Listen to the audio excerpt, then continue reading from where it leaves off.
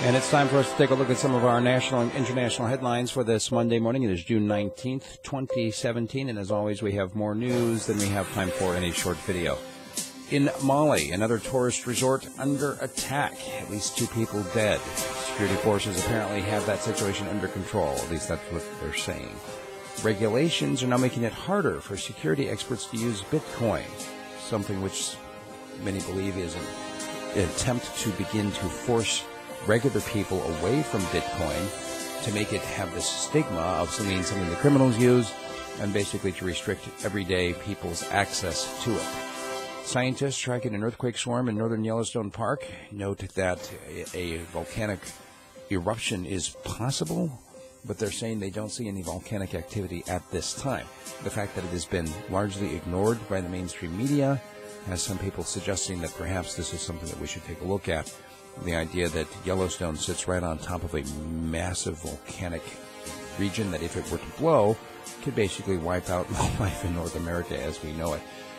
NATO has begun its war games as troops have kind of swooped in on Putin's enclave there. A little bit of a tension about World War III breaking out.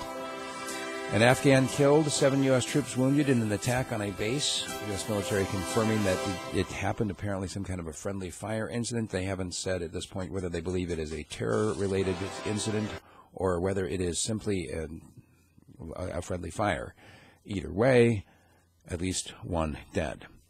Another North Korean defection has been happening generally at about a rate of 1 per year. Now, this is twice in the space of just over a week. In this case, the soldiers swam across a shallow river and came out and said, "Don't kill me, I'm trying to defect."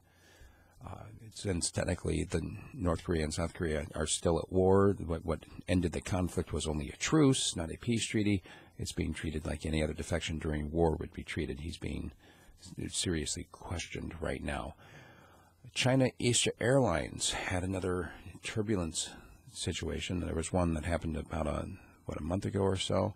In this case, one that was flying from Charles de Gaulle International Airport in Paris, as it was getting close to landing, hit some very strong turbulence and sending 20 people to hospital.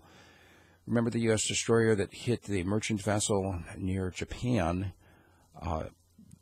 They said that 7 soldiers or sailors were missing. They have now found their bodies inside the damaged U.S. vessel. And the Japanese right now are saying that it appears to be negligence, but they haven't said which vessel is responsible for it, maybe both.